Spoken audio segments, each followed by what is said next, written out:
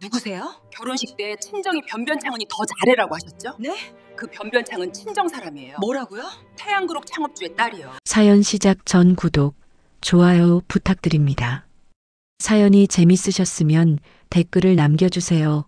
어디에 계시더라도 그곳으로 행운이 가득 깃들기를 바라겠습니다. 그럼 오늘의 사연 시작합니다. 비가 올 것 같은 흐린 토요일 아침이었습니다. 저는 새벽같이 일어나 옷장을 열었습니다. 행거에 걸린 한복이 눈에 들어왔습니다. 30년 전에 해 입었던 남색 저고리와 곤색 치마였습니다. 군데군데 바른 자국이 있었지만 이게 제가 가진 유일한 한복이었습니다. 한 달 전 일이 떠올랐습니다. 민지에게서 전화가 왔었습니다. 엄마, 이번 주말에 서울 올라와. 나랑 같이 한복 맞추러 가자.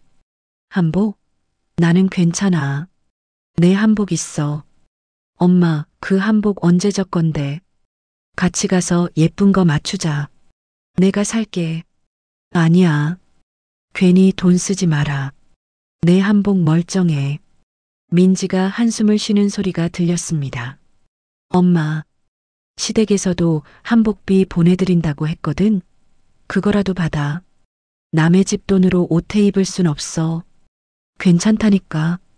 엄마, 제발. 나랑 같이 가면 되잖아. 응? 민지야, 그만해라. 내일은 내가 알아서 해. 저는 전화를 끊었습니다. 시댁에서 보내준다는 한복비. 그 돈을 받으면 평생 시댁에 빚진 사람이 될 것 같았습니다. 딸이 사준다고 해도 마찬가지였습니다. 결혼 준비하느라 돈 쓸 때가 많을 텐데 제 한복까지 사게 할 순 없었습니다.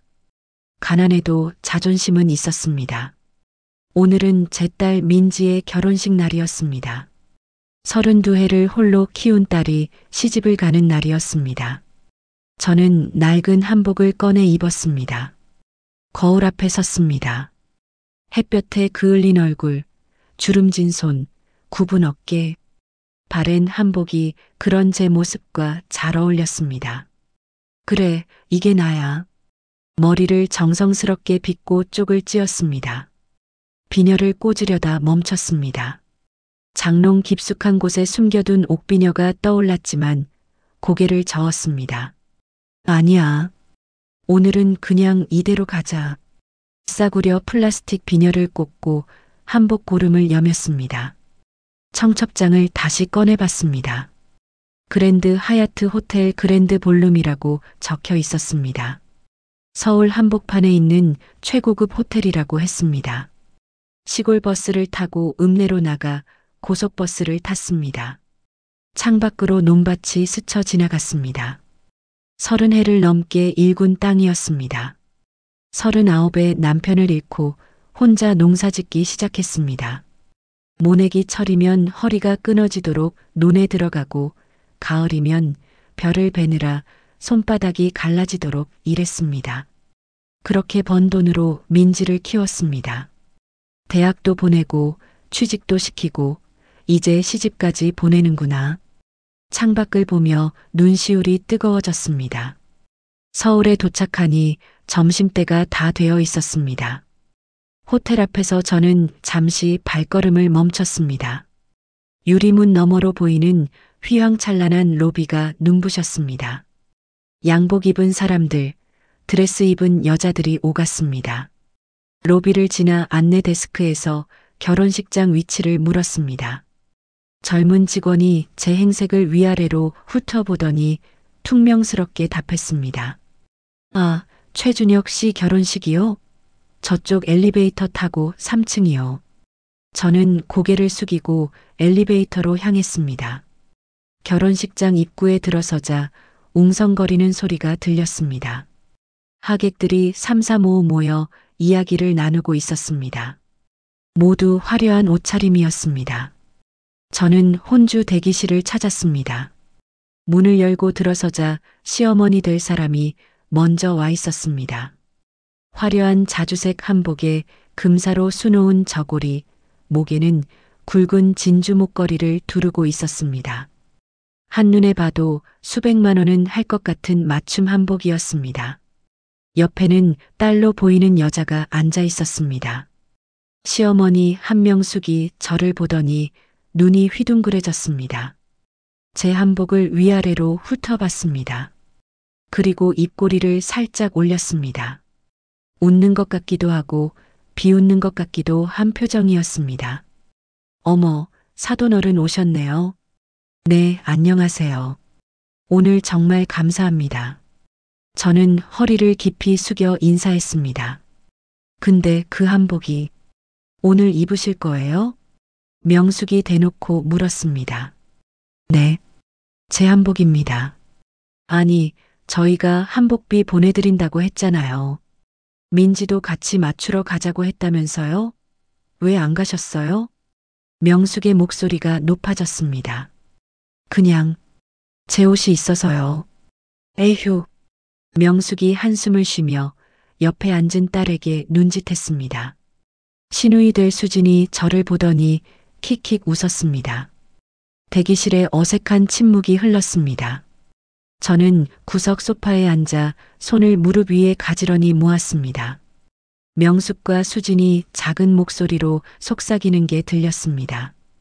일부러 들으라는 듯이 큰 목소리였습니다. 엄마, 저 한복 진짜 언제 적 거야? 색도 다 바랬네. 그러게. 한복비도 보내드리고 민지가 같이 가자고 했는데도 안 갔대. 에휴, 우리 오빠가 왜 하필? 저는 못 들은 척 고개를 돌렸습니다. 하지만 귀는 막을 수 없었습니다. 민지랑 같이 갔어야 했나? 잠깐 그런 생각이 스쳤습니다. 하지만 곧 고개를 저었습니다. 딸에게 돈 쓰게 하고 싶지 않았습니다. 시댁돈은 더더욱 받고 싶지 않았습니다. 그래도 가슴이 쓰렸습니다. 그때 대기실 문이 열리고 민지가 웨딩드레스를 입은 채 들어왔습니다. 엄마, 민지가 저를 보더니 달려왔습니다. 저는 자리에서 일어나 딸을 맞았습니다. 우리 민지 예쁘다. 눈물이 핑 돌았습니다. 하얀 드레스를 입은 딸이 너무나 아름다웠습니다. 민지의 시선이 잠깐 제 한복에 머물렀습니다. 걱정스러운 눈빛이었습니다. 하지만 딸은 곧 환하게 웃었습니다. 엄마도 예뻐. 민지가 제 손을 꼭 잡았습니다. 결혼식이 시작되었습니다. 저는 혼주석에 앉았습니다. 신부 측 혼주석이었습니다. 맞은편 신랑 측 혼주석에는 최태호 회장 부부가 앉아 있었습니다. 화려한 옷차림에 위엄 있는 자태. 저와는 너무나 대조적이었습니다. 주례 없이 진행되는 시기였습니다. 민지가 버질로드를 걸어왔습니다. 원래는 아버지가 함께 걸어야 하지만 민지는 혼자 걸었습니다. 저는 남편이 없으니까. 민지가 제 앞을 지나갈 때 눈이 마주쳤습니다. 딸이 살짝 미소 지었습니다. 저도 웃어 보였습니다. 하지만 가슴은 아팠습니다. 식이 끝나고 하객들이 박수를 쳤습니다. 사회자가 마이크를 잡았습니다. 신랑 측 혼주이신 최태호 회장님과 한명숙 여사님께 박수 부탁드립니다. 우레와 같은 박수가 쏟아졌습니다. 사람들이 웅성거렸습니다. 대성건설 회장님이래. 와, 대단하다. 신랑 집안이 엄청나네. 잠시 뒤 사회자가 다시 말했습니다. 신부 측 혼주이신 김순애 여사님께도 박수 부탁드립니다. 박수 소리가 확연히 작았습니다. 웅성거림도 없었습니다. 저는 자리에서 어색하게 고개를 숙여 인사했습니다. 피로 연장으로 자리를 옮겼습니다. 혼주석이 따로 마련되어 있었습니다. 저는 신부 측 혼주 자리에 앉았습니다. 맞은편에는 최태호 회장 부부가 앉았습니다. 가운데 테이블에는 꽃과 와인이 놓여 있었습니다. 잠시 후 최태호 회장이 자리에서 일어나 악수를 청했습니다. 사돈어른 반갑습니다. 차가운 악수였습니다. 눈빛에 온기가 없었습니다. 저를 내려다보는 시선이었습니다. 감사합니다. 이렇게 좋은 곳에서 결혼식 해주셔서. 저희야 이 정도는 해줘야죠. 이 정도는이라는 말에 힘이 들어가 있었습니다. 은근히 과시하는 투였습니다. 명숙이 제 옆으로 다가왔습니다. 입가에 미소를 띠고 있었지만 눈은 웃지 않았습니다. 사돈어른, 아까도 말씀드렸지만 정말 아쉽네요. 한복비도 보내드리고 민지가 같이 맞추러 가자고 했다면서요? 가셨으면 좋았을 텐데. 하객들 보시는 눈도 있고 사진도 남는 건데. 얼굴이 화끈거렸습니다. 주변 하객들이 우리를 쳐다보고 있었습니다. 죄송합니다.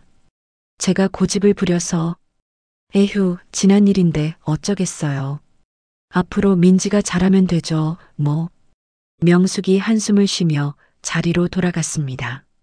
저는 아무 말도 하지 못했습니다. 손이 떨려 물컵을 제대로 잡을 수가 없었습니다. 내가 잘못한 건가? 혼란스러웠습니다. 자존심을 지키려 한 건데 결국 민지 얼굴에 먹칠을 한 건 아닌가 하는 생각이 들었습니다. 피로연이 진행되는 동안 저는 거의 아무것도 먹지 못했습니다.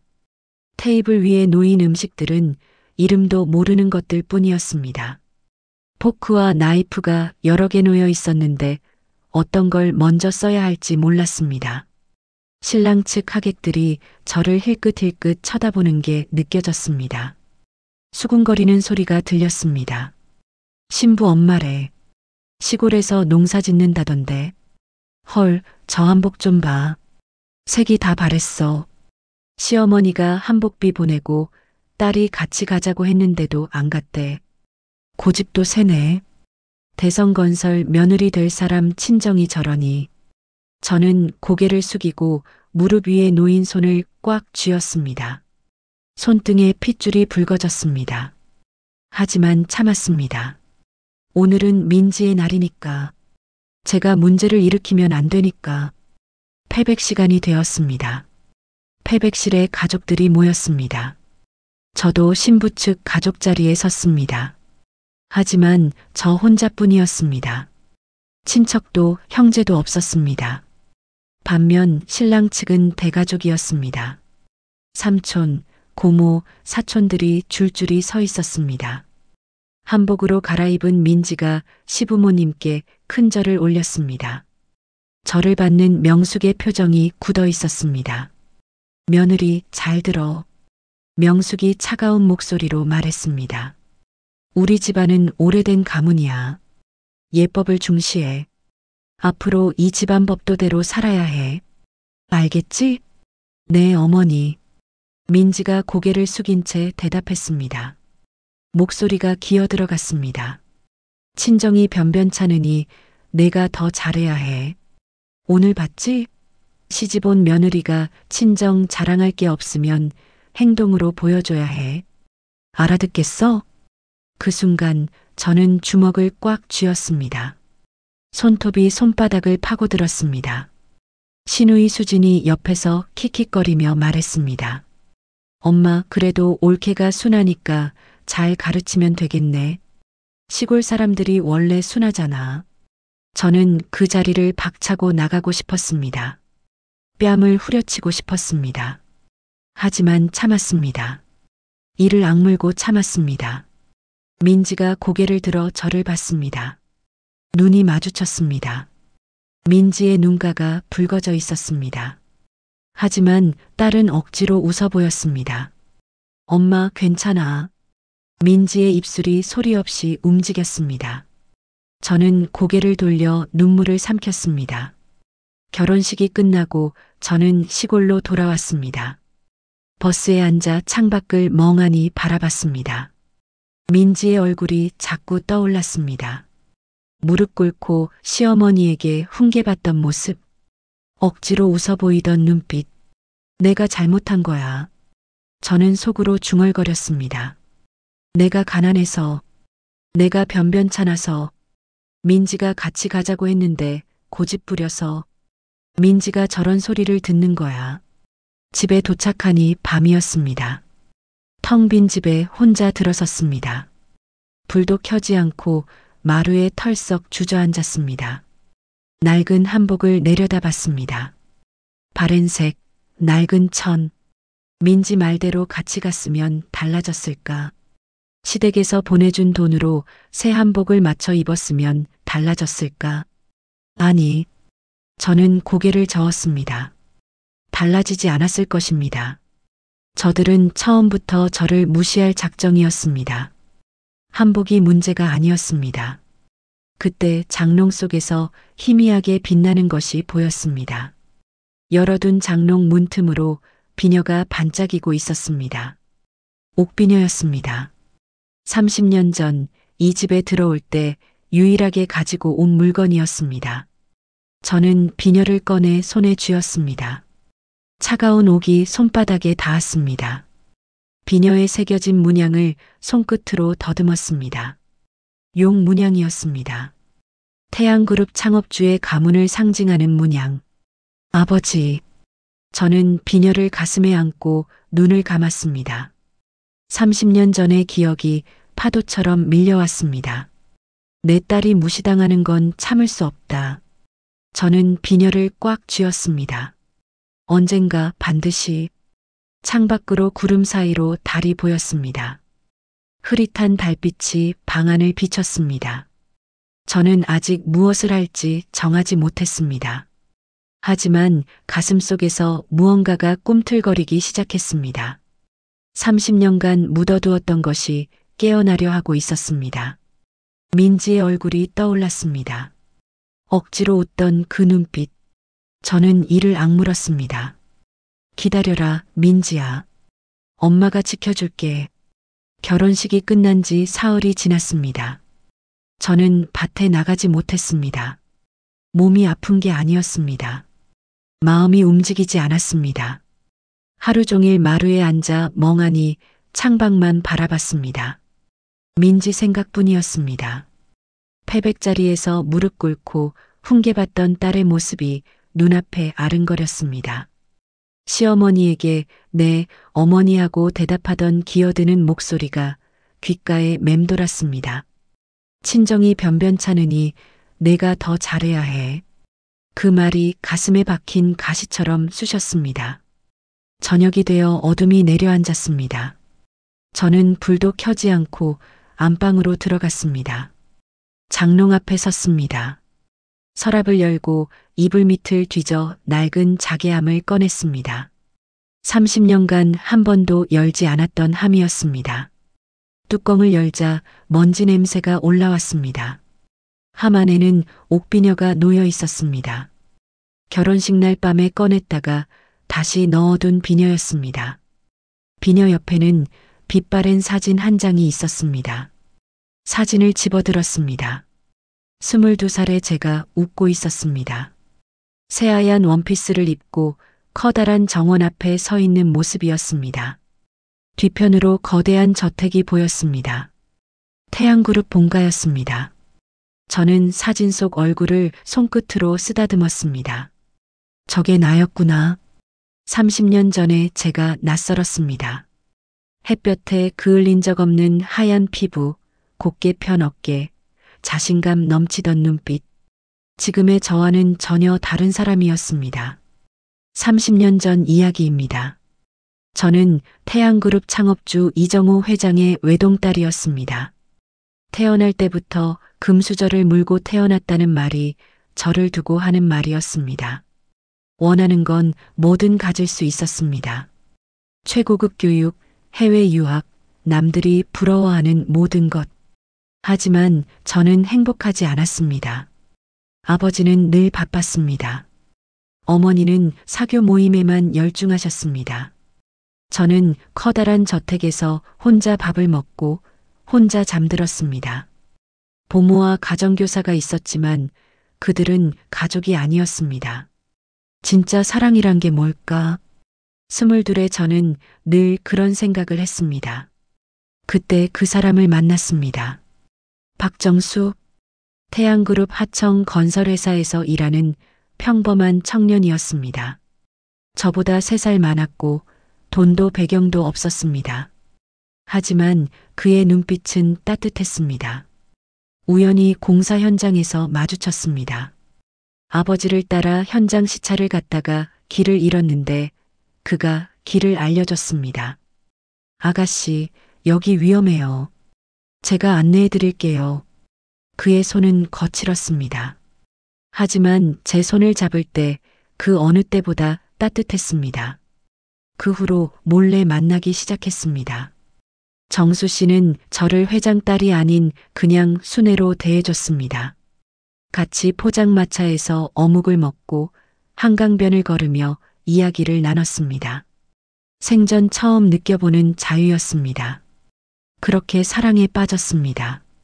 하지만 아버지가 알게 되셨습니다. 당장 그 남자를 떠나라. 아버지의 목소리는 차가웠습니다. 서재에 불려가 꿇어앉은 저를 내려다보시며 말씀하셨습니다. 내가 미쳤냐?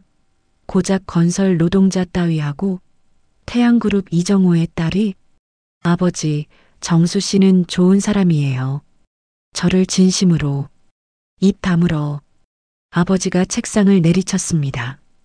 저는 몸을 움츠렸습니다. 내 어미하고 정한 혼처가 있다. 다음 달에 선본다. 그 남자는 내가 처리한다. 그 말이 무엇을 뜻하는지 알았습니다. 아버지의 힘이라면 정수 씨를 매장시키는 건 일도 아니었습니다. 회사에서 쫓아내고 업계에서 발도 못 붙이게 만들 수 있었습니다. 저는 결심했습니다. 그날 밤 저는 집을 나왔습니다. 새벽 2시였습니다.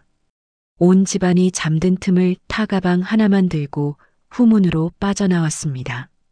옷가지 몇 벌과 어머니에게 물려받은 옥비녀 하나만 챙겼습니다.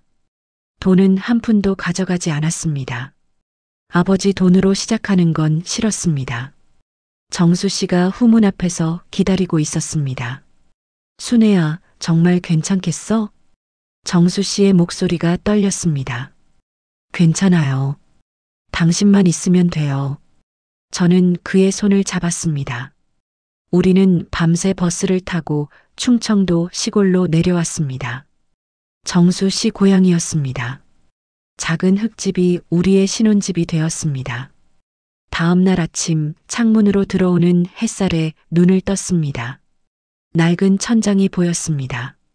정수 씨가 옆에서 자고 있었습니다. 저는 그의 얼굴을 바라보며 생각했습니다. 이게 행복이구나.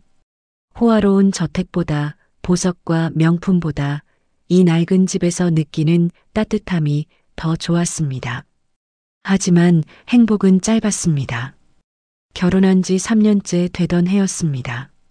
민지가 갓도를 지났을 때였습니다. 정수 씨가 일하던 건설 현장에서 사고가 났습니다. 크레인이 무너지면서 정수 씨가 깔렸다는 소식을 들었습니다. 병원으로 달려갔지만 이미 늦은 뒤였습니다. 부인, 죄송합니다. 의사의 말이 귓가에 멍하게 울렸습니다. 정수 씨는 제 손을 잡은 채 세상을 떠났습니다. 마지막으로 제 이름을 부르다가 눈을 감았습니다. 저는 영안실 바닥에 주저앉아 울었습니다. 민지를 아는 채로 밤새 울었습니다. 친정에 돌아갈까? 잠깐 그런 생각이 스쳤습니다. 하지만 고개를 저었습니다. 아버지는 저를 용서하지 않으실 거였습니다. 무엇보다 정수 씨와 함께 일군 이 보금자리를 떠나고 싶지 않았습니다. 저는 혼자 남겨진 논밭을 일구기 시작했습니다. 29, 농사 한 번 지어본 적 없는 재벌가 따님이 호미를 잡았습니다. 그렇게 30년이 흘렀습니다. 사진을 내려놓았습니다. 손등으로 눈가를 훔쳤습니다. 언제 흘렀는지 눈물이 볼을 타고 내렸습니다. 그때 전화벨이 울렸습니다. 저는 화들짝 놀라 수화기를 들었습니다. 엄마, 민지 목소리였습니다. 민지야. 왜 무슨 일 있어? 아니, 그냥 전화했어. 엄마 잘 계시는지 궁금해서. 민지의 목소리가 평소와 달랐습니다. 억지로 밝게 말하는 것 같았습니다. 엄마, 걱정하지 마. 시댁 사람들 다 좋아. 어머니도 잘해주시고 저는 수화기를 꽉 쥐었습니다. 정말? 시어머니가 잘해주셔? 응, 진짜야. 어머니가 요리도 가르쳐 주시고 시누이 언니도 친절하고 목소리가 떨렸습니다. 숨을 고르는 소리가 들렸습니다. 저는 알아챘습니다. 민지가 울음을 참고 있다는 것을. 민지야. 응? 힘든 거 있으면 엄마한테 말해. 알았지? 잠시 침묵이 흘렀습니다. 엄마, 나 진짜 괜찮아. 걱정 마. 전화가 끊겼습니다. 저는 한참을 수화기를 들고 서 있었습니다. 끊긴 전화기에서 신호음이 울렸습니다. 거짓말이야. 저는 알고 있었습니다. 민지가 거짓말을 하고 있다는 것을. 딸의 목소리에서 울음을 참는 떨림을 느꼈습니다. 그날 밤 잠을 이루지 못했습니다. 민지의 목소리가 머릿속에서 맴돌았습니다. 시댁 사람들 다 좋아라고 말하던 떨리는 목소리. 결혼식 때 패백 자리에서 무릎 꿇고 훈계받던 모습. 내가 뭘 해야 할까? 저는 천장을 바라보며 생각했습니다. 30년 전 저는 사랑을 위해 모든 것을 버렸습니다. 재벌가의 딸이라는 지위, 돈, 권력. 전부 포기했습니다. 그리고 후회한 적 없었습니다. 하지만 지금은 달랐습니다. 내 딸이 고통받고 있었습니다. 내 선택 때문에 가난한 집안 출신이라며 무시당하고 있었습니다. 저 때문이었습니다. 정수 씨, 어떻게 해야 할까요? 저는 베갯머리에 놓인 정수 씨 사진을 바라봤습니다. 환하게 웃고 있는 젊은 시절의 남편이었습니다. 새벽녘이 되어서야 결심이 섰습니다. 저는 자리에서 일어나 장롱 앞에 섰습니다. 자개함을 다시 꺼냈습니다. 옥비녀를 손에 쥐었습니다. 비녀에 새겨진 용 문양을 손끝으로 더듬었습니다. 태양그룹 창업주 가문의 상징이었습니다. 30년이 지났어. 저는 중얼거렸습니다. 아버지도 어머니도 돌아가셨지. 지금 태양그룹은 오빠가 운영하고 있고, 오빠 이재현. 저보다 5살 많은 오빠였습니다. 30년 전 제가 집을 나온 뒤로 한 번도 연락하지 않았습니다. 오빠가 나를 기억이나 할까?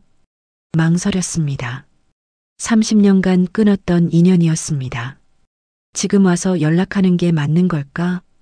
하지만 민지의 얼굴이 떠올랐습니다. 울음을 참던 목소리가 귓가에 맴돌았습니다. 저는 이를 악물었습니다. 민지를 위해서라면 30년간 묻어두었던 과거를 꺼낼 수 있었습니다. 버렸던 모든 것을 다시 집어들 수 있었습니다. 비녀를 꽉 쥐었습니다. 아직 때가 아니었습니다. 더 알아봐야 했습니다. 민지가 시댁에서 정말 어떤 대접을 받고 있는지, 시어머니와 시누이가 어떤 사람들인지 먼저 확인해야 해.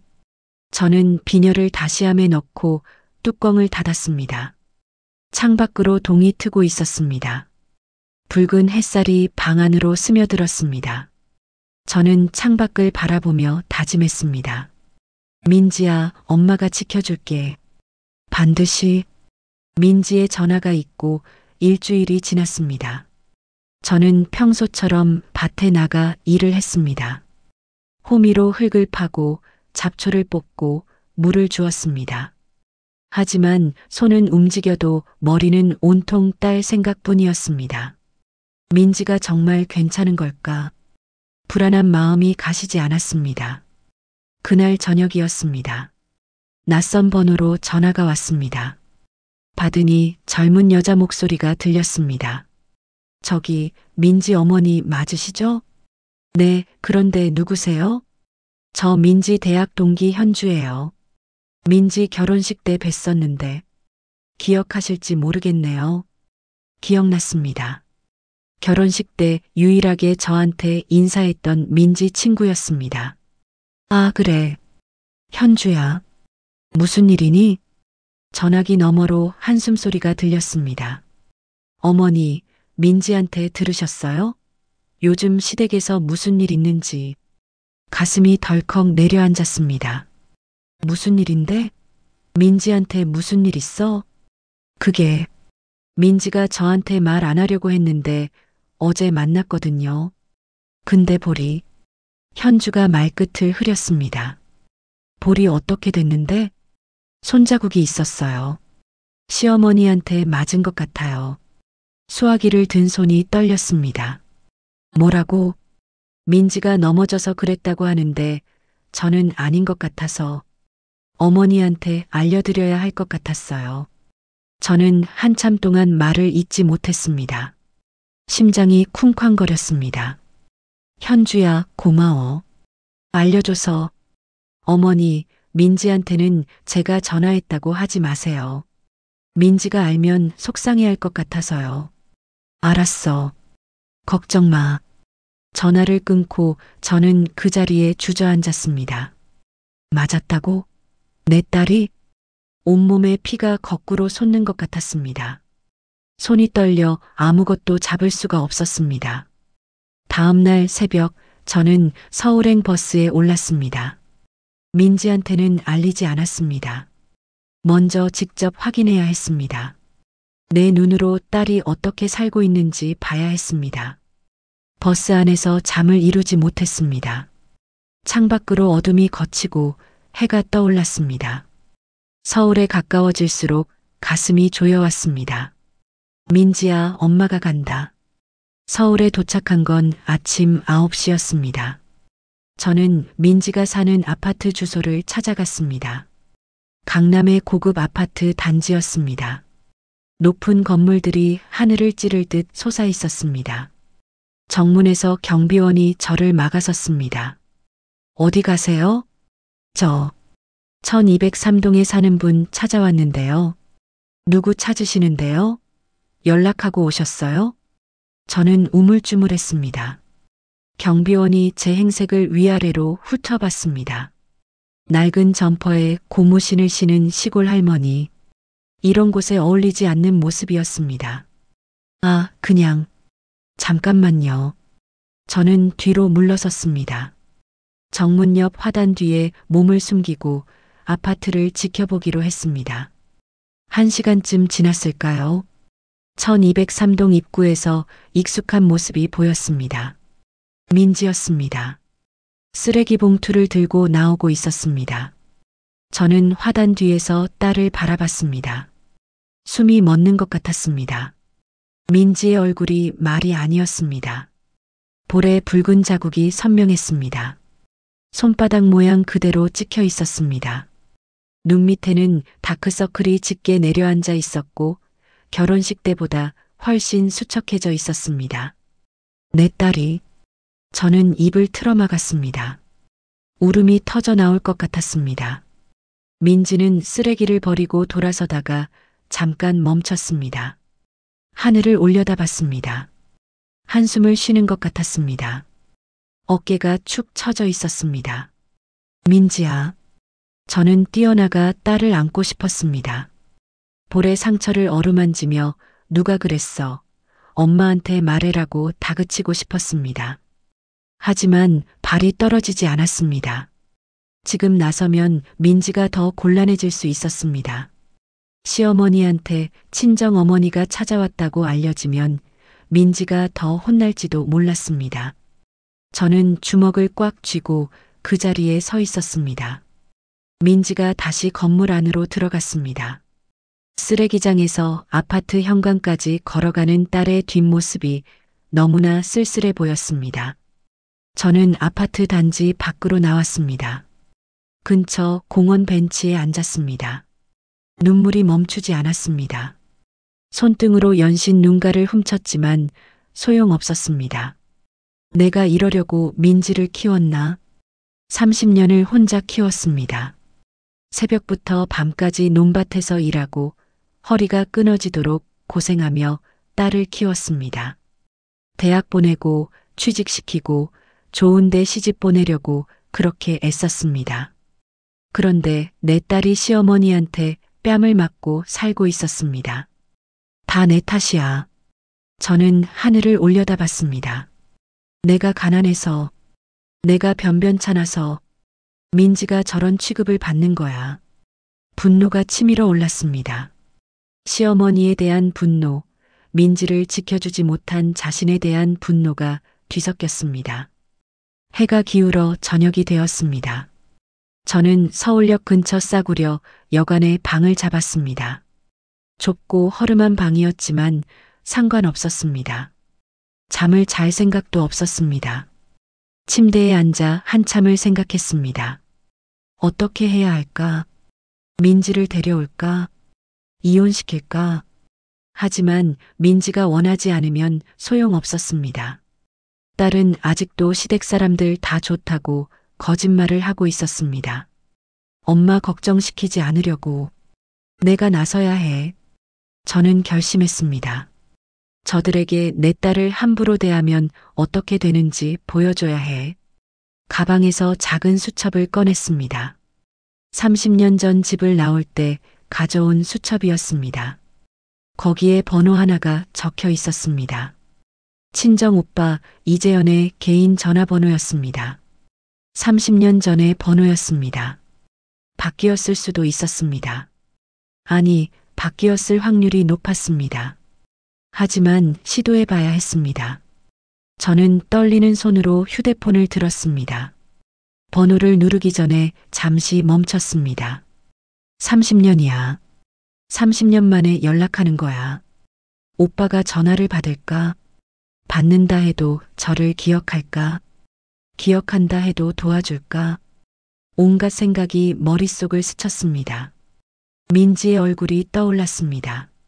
볼에 찍힌 손자국, 수척해진 얼굴, 쓸쓸하게 걸어가던 뒷모습. 저는 이를 악물고 번호를 눌렀습니다. 신호음이 울렸습니다. 뚝, 뚝, 뚝. 한 번, 두 번, 세 번.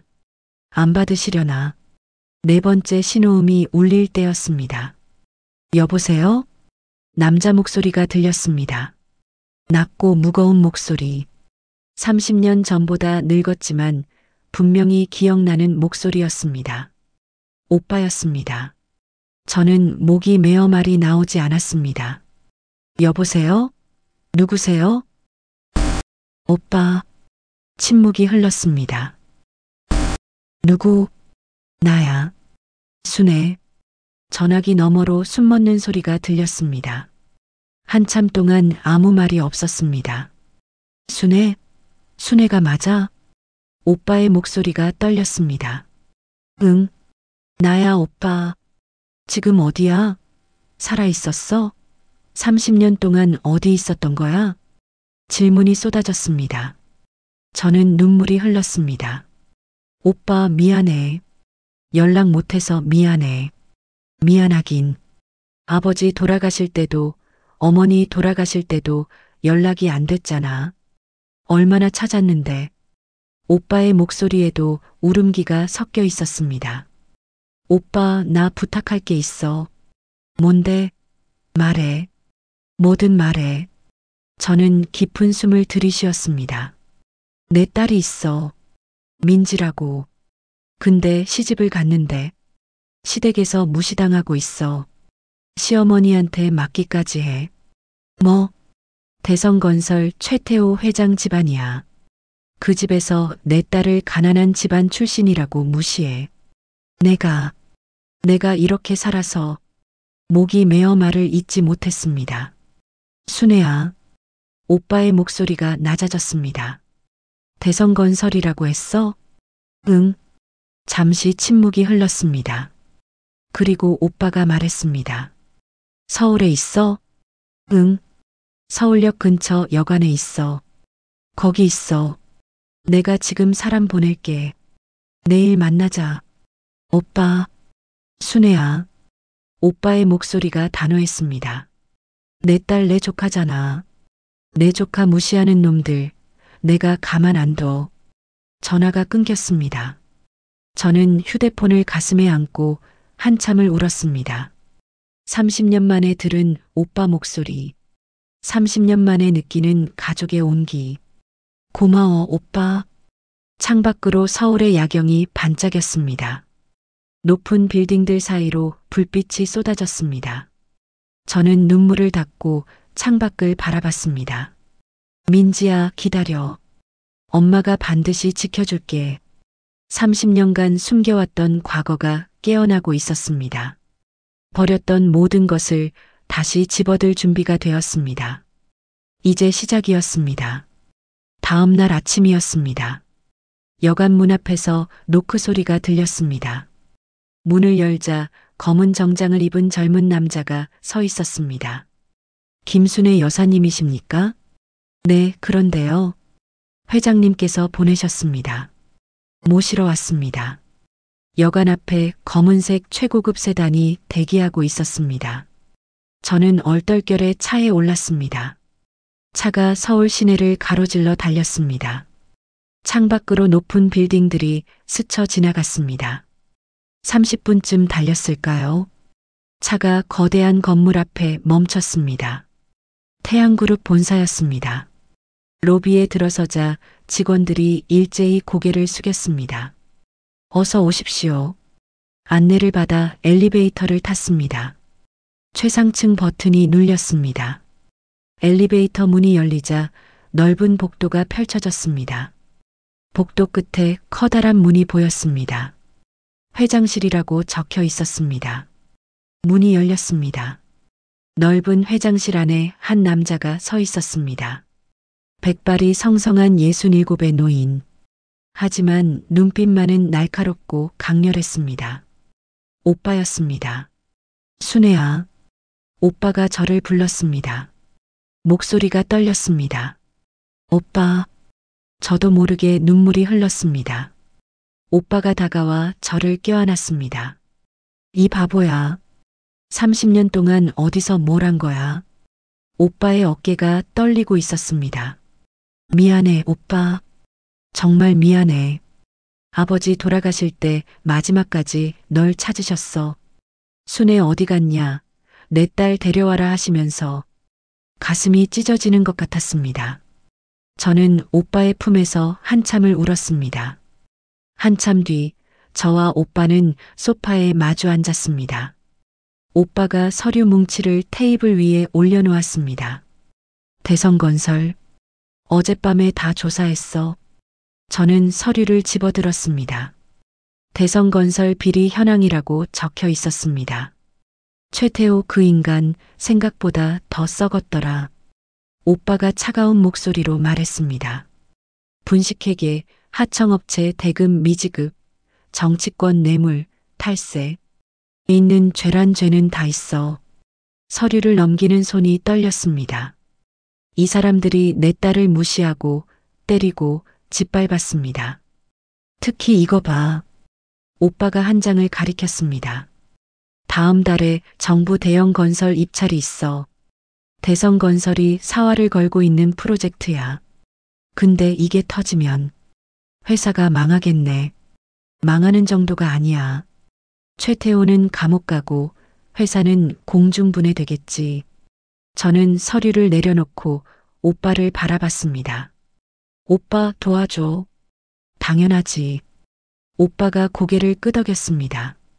내 딸은 내 조카야. 내 조카 건드린 놈들 내가 가만 안 둬. 오빠가 손뼉을 치자 비서가 들어왔습니다. 뒤를 이어 여러 사람이 들어왔습니다. 스타일리스트, 헤어 디자이너, 메이크업 아티스트. 뭐야, 이 사람들은? 순애야, 오늘 저녁에 대성건설 집안 모임이 있대. 오빠가 씩 웃었습니다. 거기 가야지. 태양그룹 회장 여동생 자격으로. 저는 눈이 휘둥그레졌습니다. 오빠, 나 이 꼴로 어떡해. 걱정 마. 내가 다 준비했어. 스타일리스트가 다가왔습니다. 여사님, 준비된 옷들 보여드릴게요. 행거에 걸린 옷들이 눈에 들어왔습니다. 모두 최고급 명품이었습니다. 저는 넋을 잃고 바라봤습니다. 이게 다 나한테? 당연하지. 넌 태양그룹 이정우 회장의 딸이야. 원래 이런 옷 입고 살았어야 해. 오빠의 말에 눈시울이 뜨거워졌습니다. 3시간 뒤 거울 앞에 선 저는 전혀 다른 사람이 되어 있었습니다.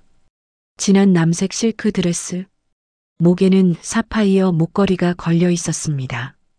머리는 단정하게 올리고 거기에 30년간 숨겨두었던 옥비녀를 꽂았습니다. 거울 속에 비친 모습이 낯설었습니다.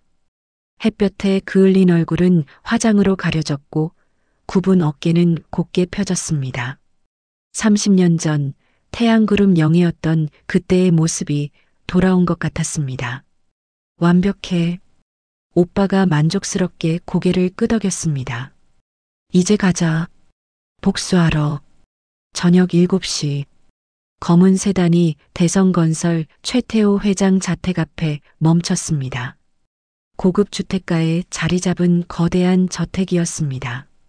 저는 차에서 내리지 않고 잠시 저택을 바라봤습니다. 안에서 웃음소리가 새어나왔습니다. 가족 모임이 한창인 모양이었습니다. 저 안에 민지가 있겠지. 가슴이 쿵쾅거렸습니다. 준비됐어? 오빠가 물었습니다. 뒤에는 변호사 2명과 회계사 1명이 서류 가방을 들고 서 있었습니다. 응. 저는 고개를 끄덕이고 차에서 내렸습니다. 현관문 앞에 섰습니다. 초인종을 누르자 잠시 후 문이 열렸습니다.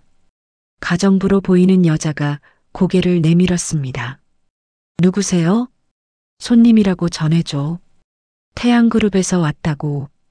가정부의 얼굴이 하얗게 질렸습니다. 황급히 안으로 뛰어들어갔습니다. 잠시 후 현관문이 활짝 열렸습니다.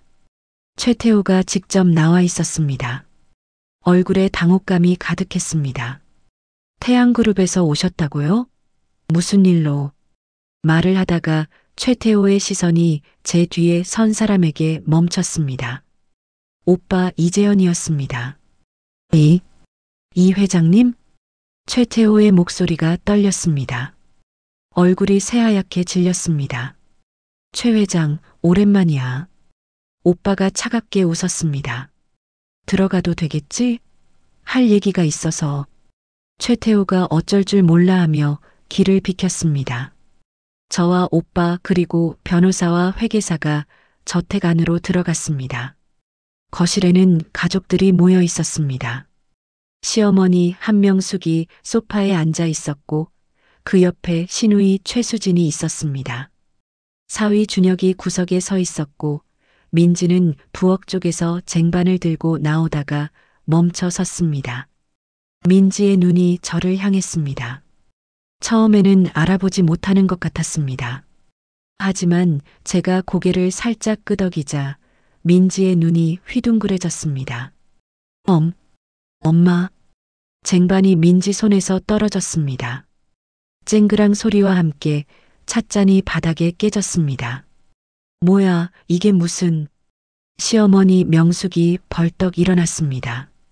저를 위아래로 훑어봤습니다. 당신 누구야? 어디서 감히... 말을 하다가 명숙의 시선이 제 옆에 선 오빠에게 멈췄습니다. 그리고 얼굴이 굳어졌습니다. 이재현 회장님? 안녕하세요, 사돈어른. 저는 차갑게 웃으며 말했습니다.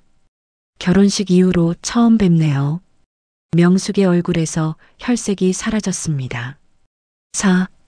사돈어른? 당신이 민지 엄마라고? 네. 저 김순애예요. 아니. 저는 옥비녀를 손끝으로 쓸며 말했습니다. 이순애. 태양그룹 창업주 이정우 회장의 딸이요. 거실이 얼어붙었습니다. 아무도 말을 하지 못했습니다. 무슨 소리야? 민지 엄마가 시골에서 농사 짓는. 명숙이 더듬거리며 말했습니다. 농사도 지었죠. 30년 동안요. 저는 한 걸음 앞으로 나갔습니다. 그런데 그게 뭐 어때서요? 농사 짓는 사람은 사람도 아니에요? 그게 아니라 결혼식 때 뭐라고 하셨죠? 저는 명숙을 똑바로 쳐다봤습니다. 혼주 한복 같은 건 저희가 맞춰드릴 수도 있었는데 하객들 보는 눈도 있고 하니 그렇게 말씀하셨죠? 명숙의 얼굴이 새빨개졌습니다. 그리고 패백 때는요? 저는 한 걸음 더 다가갔습니다. 친정이 변변찮으니 내가 더 잘해야 해. 내 딸한테 그렇게 말씀하셨죠? 그리고 며칠 전에는요. 저는 민지를 바라봤습니다. 민지의 볼에 아직 희미하게 자국이 남아 있었습니다. 내 딸 뺨을 때렸죠? 거실이 쥐 죽은 듯 조용해졌습니다. 준혁이 민지에게 달려갔습니다. 민지야, 맞은 거야? 왜 나한테 말 안 했어? 오빠, 그게...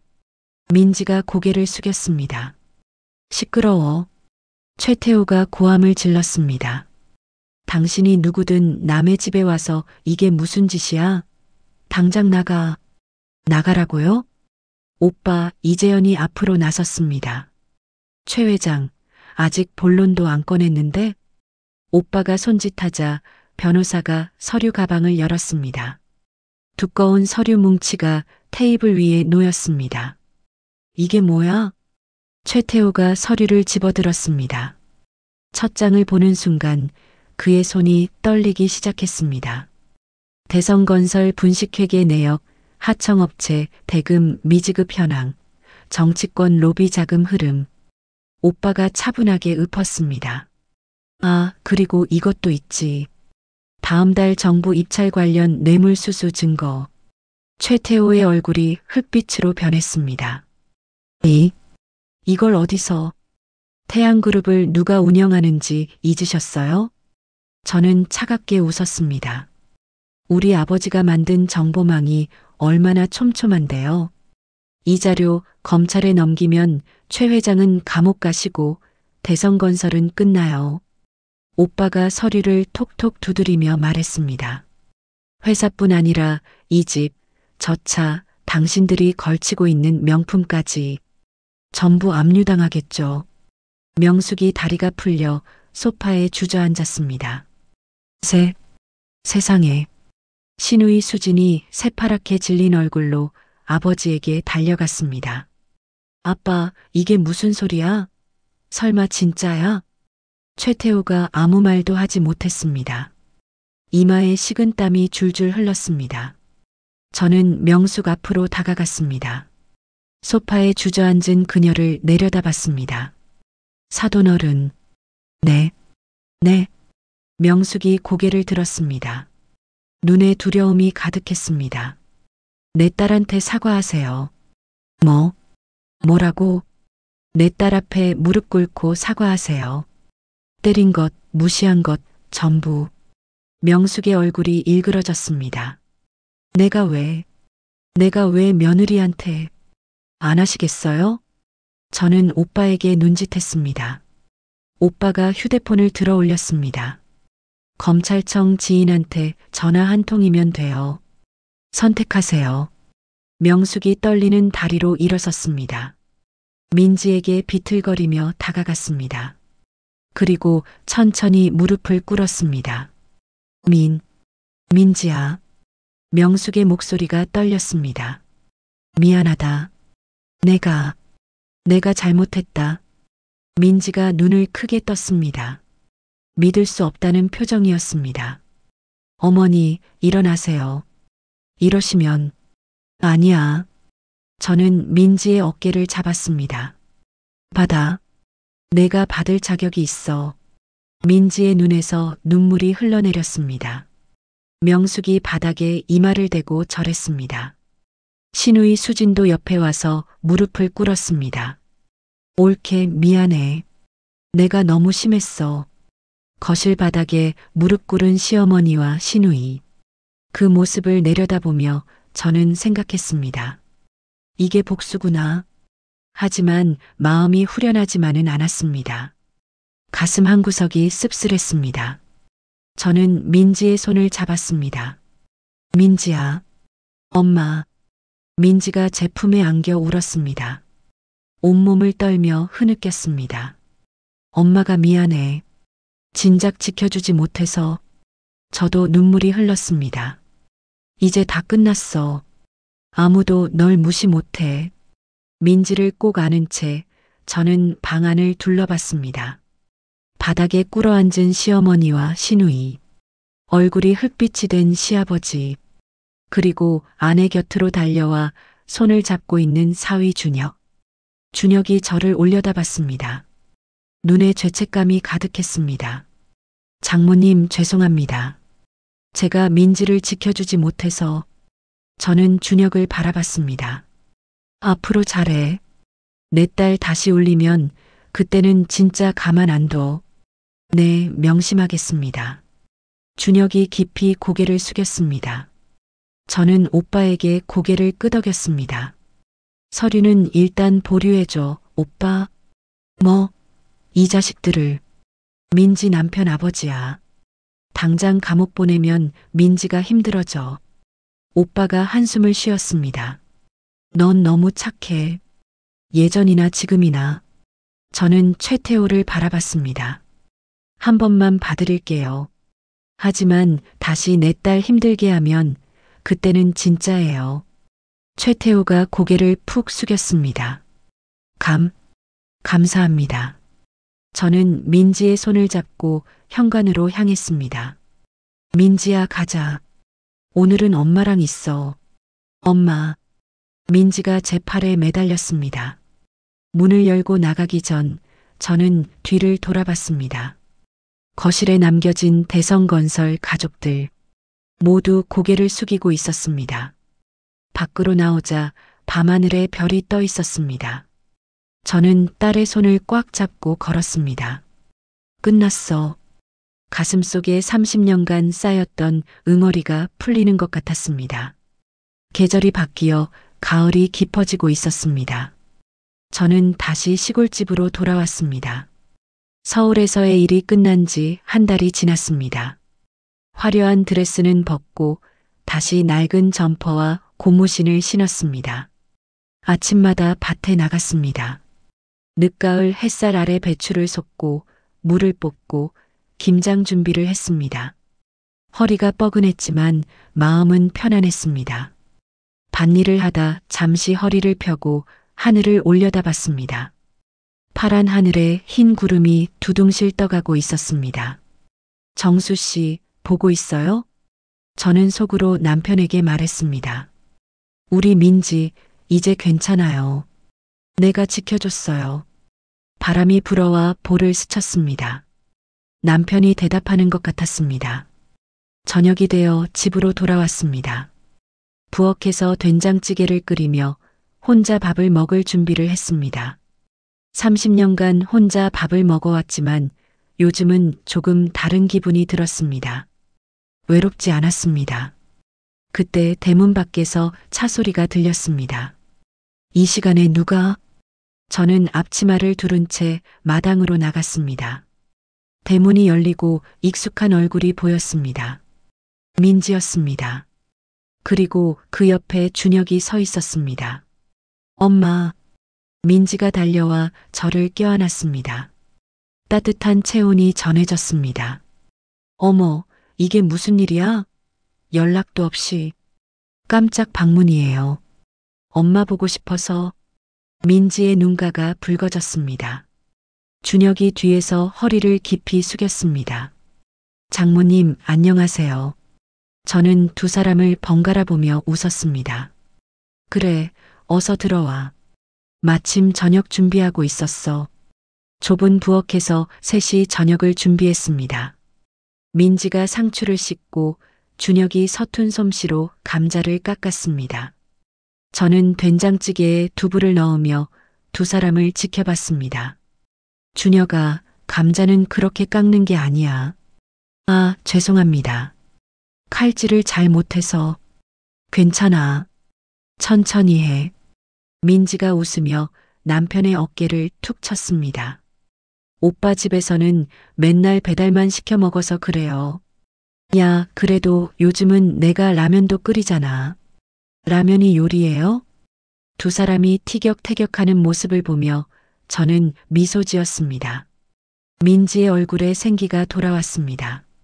한 달 전 볼에 손자국이 있던 그 얼굴이 아니었습니다. 저녁 식탁에 음식이 올라왔습니다. 보글보글 끓는 된장찌개, 갓 구운 삼겹살, 직접 담근 깍두기, 시골 장터에서 사온 순두부. 화려하지 않았지만 정성이 가득한 밥상이었습니다. 잘 먹겠습니다.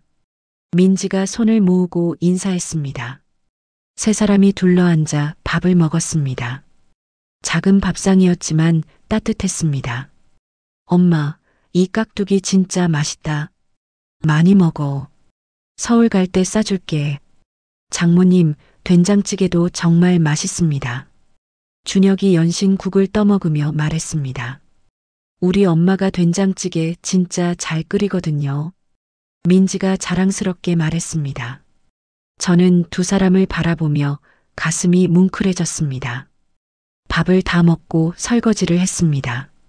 민지가 제 옆에 서서 그릇을 닦았습니다. 준혁은 거실에서 텔레비전을 보고 있었습니다. 엄마, 응? 왜 말 안 했어요? 민지의 목소리가 조용했습니다. 뭘? 엄마가 태양그룹 할아버지 딸이었다는 거 30년 동안 왜 숨겼어요? 저는 손에 들고 있던 그릇을 내려놓았습니다. 그게 엄마가 그렇게 대단한 집안 출신인 줄 알았으면 나도. 민지의 목소리가 떨렸습니다. 나도 그렇게 주눅들 필요 없었잖아요. 시댁에서 무시당할 때마다 우리 엄마가 가난해서 내가 일어나 그렇게 생각했단 말이에요. 저는 민지를 바라봤습니다. 딸의 눈에 눈물이 그렁그렁 맺혀 있었습니다. 민지야. 저는 젖은 손으로 딸의 볼을 감쌌습니다. 미안해. 엄마가 미안해. 엄마. 그런데 있잖아. 저는 딸의 눈을 똑바로 쳐다봤습니다. 엄마가 재벌집 딸이든 시골 농사꾼이든 그게 중요한 게 아니야. 네. 엄마는 그냥 내 엄마야. 그게 제일 자랑스러워. 민지의 눈에서 눈물이 흘러내렸습니다.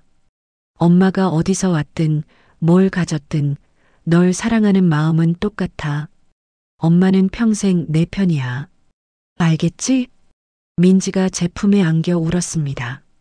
저도 딸을 꼭 안고 눈물을 흘렸습니다. 밤이 깊었습니다. 세 사람은 마루에 나와 앉았습니다. 하늘에 둥근 보름달이 떠 있었습니다. 달빛이 마당을 환하게 비추고 있었습니다. 달이 예쁘다.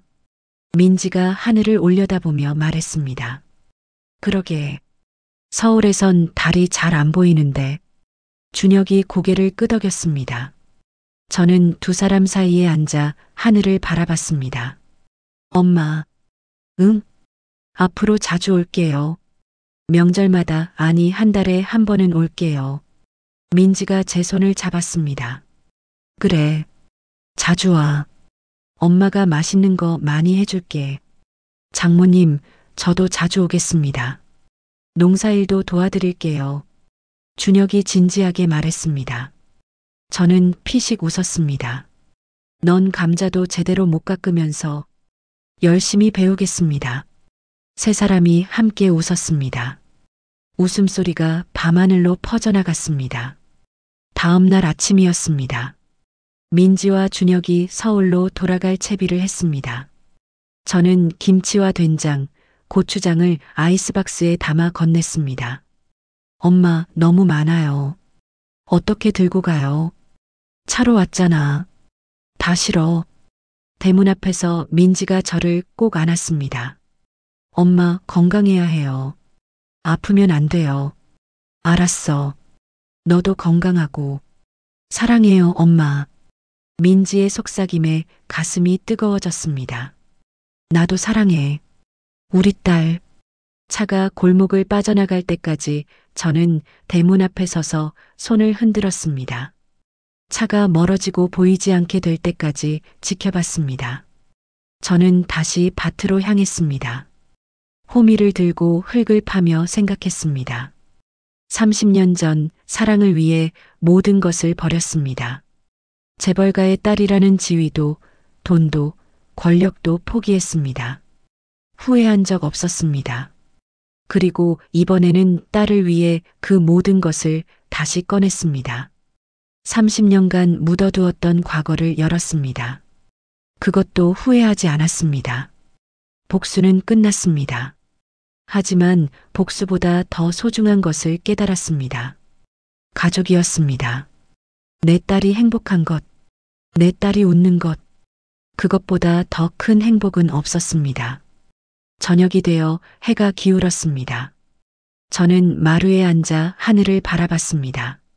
노을이 지고 어둠이 내려앉았습니다.